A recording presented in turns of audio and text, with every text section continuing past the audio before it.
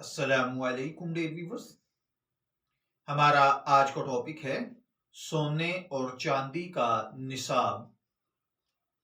भाइयों और बहनों, चांदी का निसाब 200 दिरहम है, जिसका वजन 52.5 तोले चांदी के बराबर बनता है।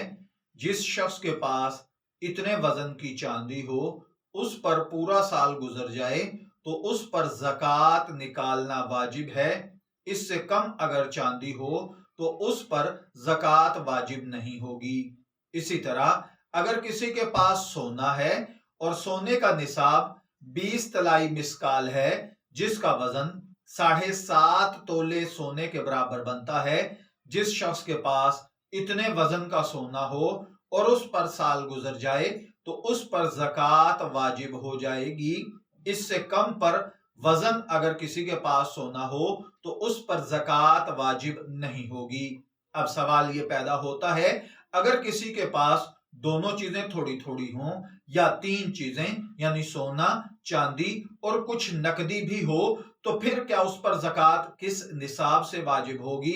तो देखिए, अगर किसी के पास थोड़ा सोना, थोड़ी चांदी और थोड़े रुपए हैं, तो इन तीनों चीजों का मजमुआ अगर उसकी मालियत 200 दिरहम चांदी यानी 200 दिरहम के बराबर यानी 52.5 तोले चांदी के बराबर अगर हो जाती है तो उस पर ज़कात वाजिब होगी।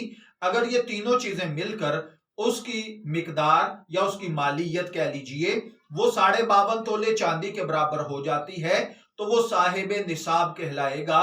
इसी तरह अगर किसी के पास सोना और चांदी दो हैं और इन दोनों की मालियत अगर 52.5 तोले चांदी के बराबर हो जाए तो भी ज़कात वाजिब होगी। मैं दुआ गो हूं कि अल्लाह ताला हमें इन बातों को समझकर इनके मुताबिक अमल करने की तौफीक अता फरमाए।